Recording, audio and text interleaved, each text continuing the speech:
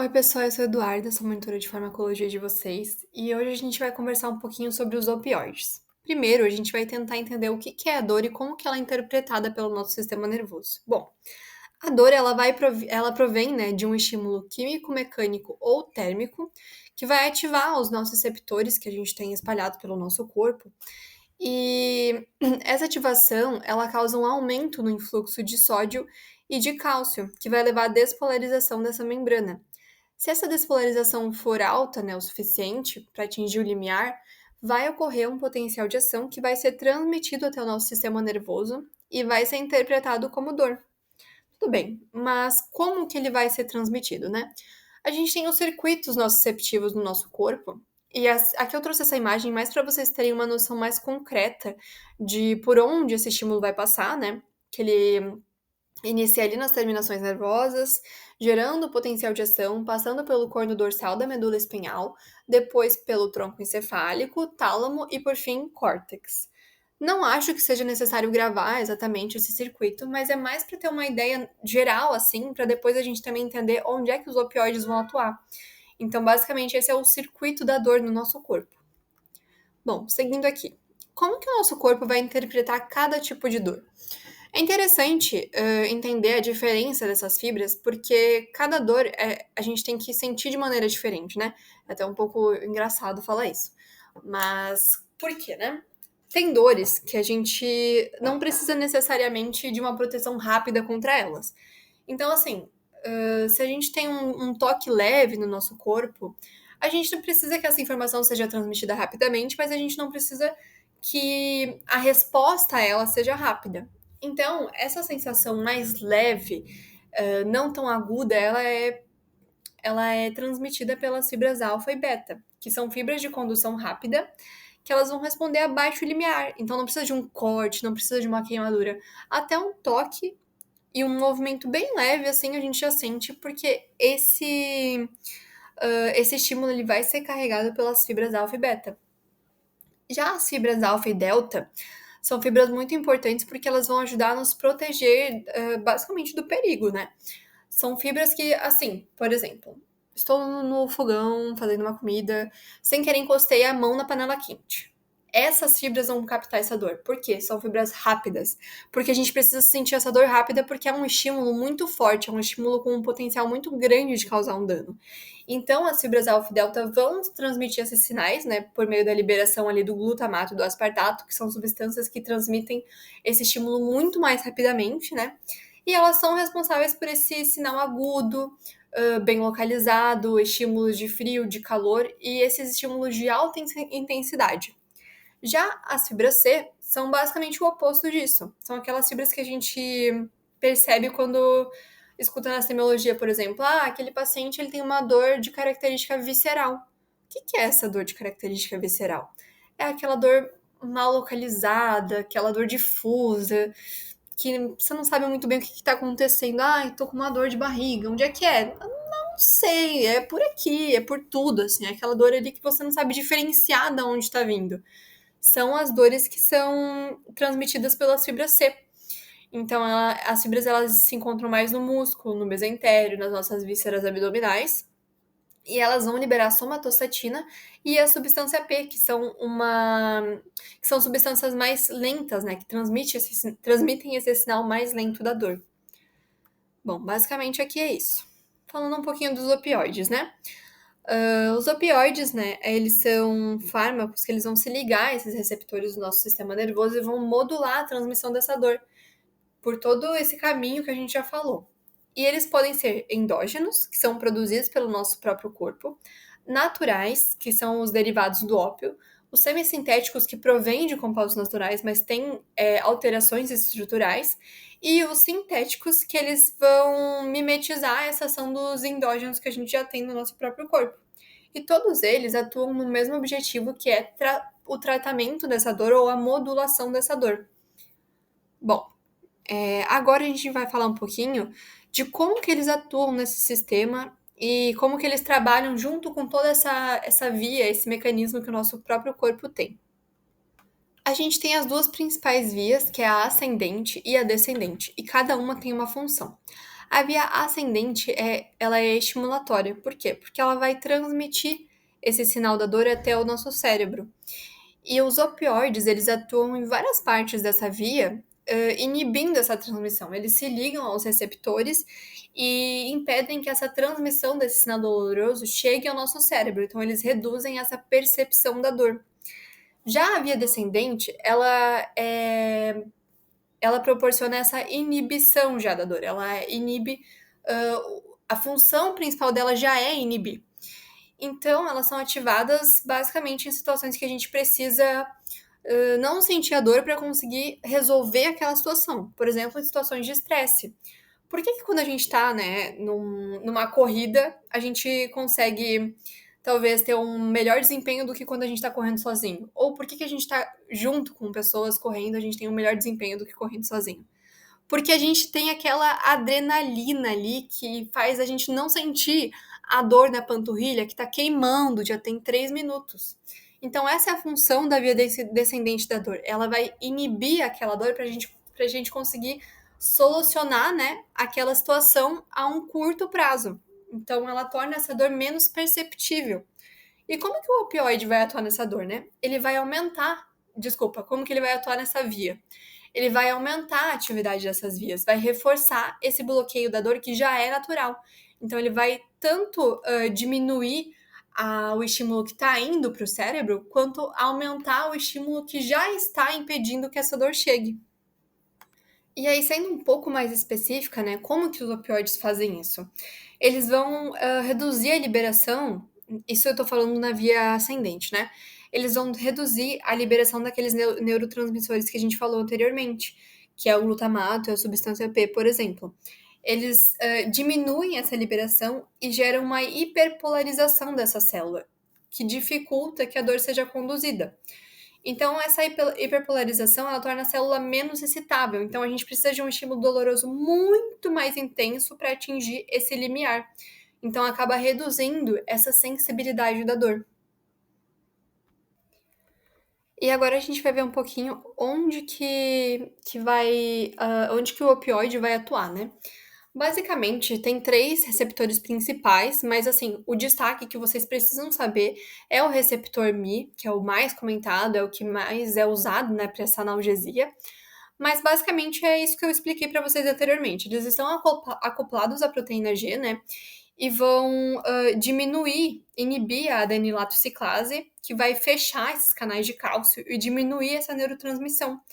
E ao mesmo tempo, eles vão abrir os canais de potássio, que vai causar a hiperpolarização dessa célula pós-sináptica, dificultando que esse impulso seja transmitido. Então, basicamente, esse é todo o sistema que faz ali com que esse impulso, essa transmissão seja bloqueada, né?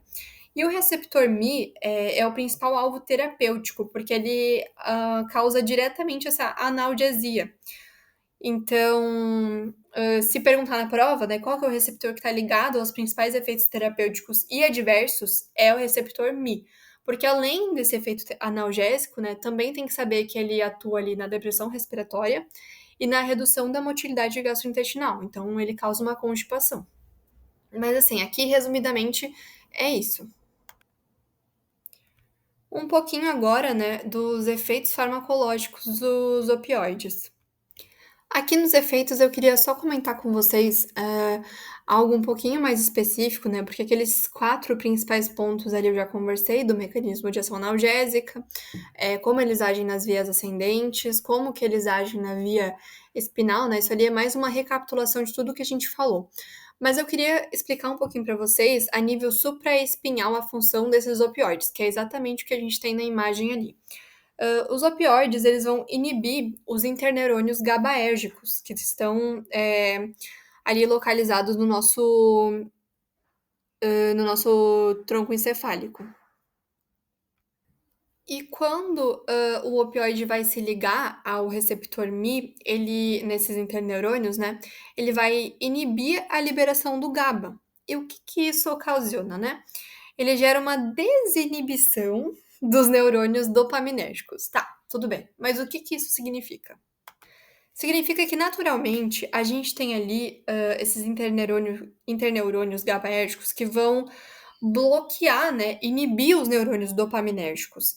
E quando a gente tem esse bloqueio desses interneurônios, a dopamina ela vai ser liberada em uma maior quantidade, porque esse processo de liberação sofre uma desinibição. Então, os neurônios dopaminérgicos eles vão liberar mais dopamina.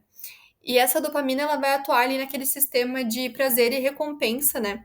Que vai ocasionar a diminuição da dor, vai ocasionar esse aumento das sensações de prazer e recompensa. Isso também explica o porquê dos opioides causarem a euforia, além de também a analgesia, né? Bom, tudo bem. Acho que cortou aqui sem querer, galera. Agora falando um pouquinho do manejo clínico desses opioides. Aqui a gente tem a escada analgésica da OMS e também um protocolo de progressão de analgésicos. Por quê? Porque não é para qualquer dor que a gente vai usar um analgésico, não só pelos efeitos que ele tem, né, os efeitos adversos, como também pelo risco de dependência que ele causa. Então, a gente tem que ir subindo gradualmente conforme a dor que o paciente experimenta, né? E sempre intercalando ele com o AINE. Então, primeiro, para dor leve, a gente sempre vai usar um AINE, sempre. A menos que, claro, tenha alguma contraindicação, o paciente apresente uma contraindicação gastrointestinal, por exemplo, tem uma úlcera, algo assim. Aí a gente vai ter outras opções, né? Mas para dor leve, o analgésico, o AINE é a primeira opção. Já para dor moderada, a gente consegue fazer um tratamento que seja mais balanceado. Então, a gente pode dar um opioide junto com o AINE, fazer esse tratamento coadjuvante, assim, né? Adjuvante, que é falado, basicamente. E também não é aquela dose do opioide que é em doses contínuas, não é para aquela dor ali que o paciente, por exemplo, o paciente oncológico, que sente muita dor toda hora, o dia inteiro, não é esse paciente que está encaixado na dor moderada, né? É aquele paciente que tem aquela dor ali episódica, que não precisa dessas doses contínuas.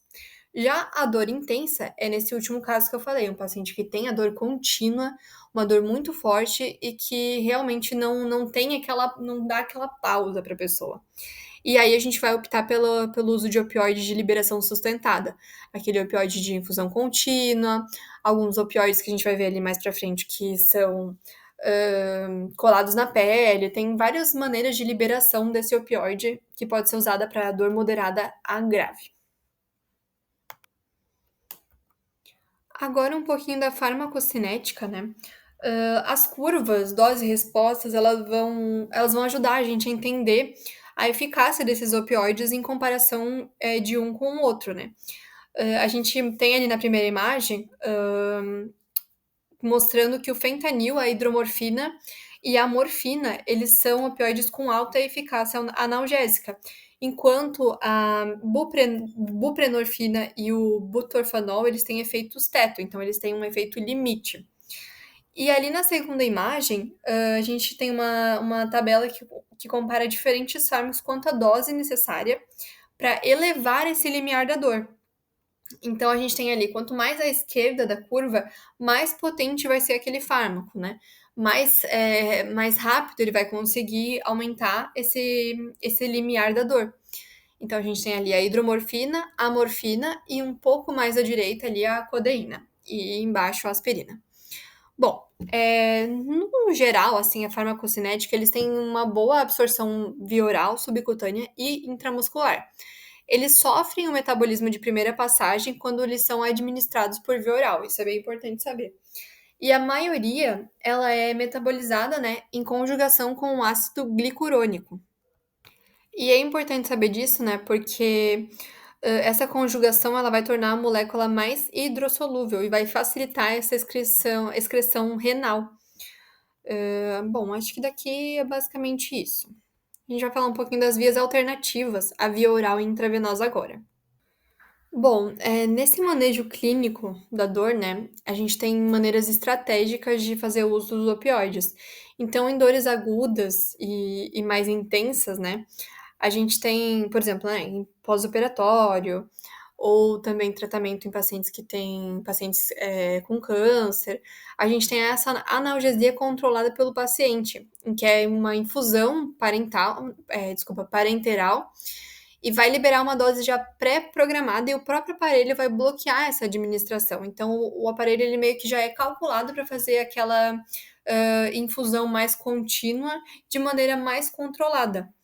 Então, é muito útil no controle dessa dor ali pós-operatória, em pacientes com neoplasia, e acho que é isso, basicamente. Também vamos ter os supositórios retais, né, que são usados mais quando a via oral e a intravenosa não está disponível. A gente vai ter os adesivos transdérmicos de fentanilo, eles têm uma liberação constante, e eles são indicados para aquela dor crônica que é estável, que ela que é sempre aquela dor, que é uma dor mais forte, né, uma dor mais grave, né, digamos, mas que ela está sempre a mesma, ela é uma dor estável. E aí tem a opção dos adesivos transdérmicos. E também a gente vai ter essas pastilhas de fentanila, que tem uma absorção mais rápida e vai evitar esse metabolismo de primeira passagem, que é muito importante quando a gente fala de cuidar, né, principalmente com os pacientes que têm insuficiência renal, porque ali ele vai evitar essa formação de metabólitos ativos que seriam anteriormente excretados pelo rim, né? Então, eles são mais usados nessa ocasião. Bom, alguns dos outros usos terapêuticos, né, dos opioides, também são muito usados para anestesiologia, como uma medicação pré-anestésica, né? Eles têm ações sedativas, ansiolíticas e analgésicas. Eles podem atuar como adjuvantes nos anestésicos no intraoperatório. Também para o tratamento da tosse, né? Porque eles têm essa particularidade de agir diretamente sobre o centro bulbar da tosse, então eles têm esse efeito antitussígeno. E para a diarreia, né? Como eu falei anteriormente, alguns fármacos têm como efeito adverso essa constipação, então eles acabam sendo úteis, no controle da diarreia enfim, qualquer causa, né? Mas eles não devem substituir o tratamento da causa em si da diarreia, tá? Acho que é basicamente isso aqui. Bom, um pouquinho dos efeitos adversos deles agora. Eles têm efeitos adversos no sistema nervoso central. Acho que o principal é entender que esse uso de opioide ele vai causar essa alteração de humor, como eu já falei antes, né? Principalmente por causa do sistema de recompensa ali, da liberação de dopamina. Então, vai causar euforia, que pode gerar uma dependência física e psicológica do paciente, que a gente vai falar um pouquinho mais pra frente. E essa administração prolongada, ela pode aumentar a sensibilidade à dor. Além do sistema nervoso central, a gente vai ter ali do sistema respiratório causando a depressão respiratória, que é algo que a gente corre risco quando há uma superdosagem desse opioide. Inclusive, a gente vai falar um pouquinho sobre a dosagem, né? E comentar a importância da naloxona também, um pouco mais pra frente. Aí os principais sinais que a gente precisa prestar atenção no paciente que está fazendo uso de opioides é a miose, que é um marcador clássico de intoxicação, náuseas e vômitos e hipotensão ortostática, principalmente por causa dessa vasodilatação periférica. E do sistema gastrointestinal, já comentei para vocês, né? É a constipação intestinal, redução dessa motilidade e também a retenção urinária. Ele tem essa ação, né, sobre os esfíncteres.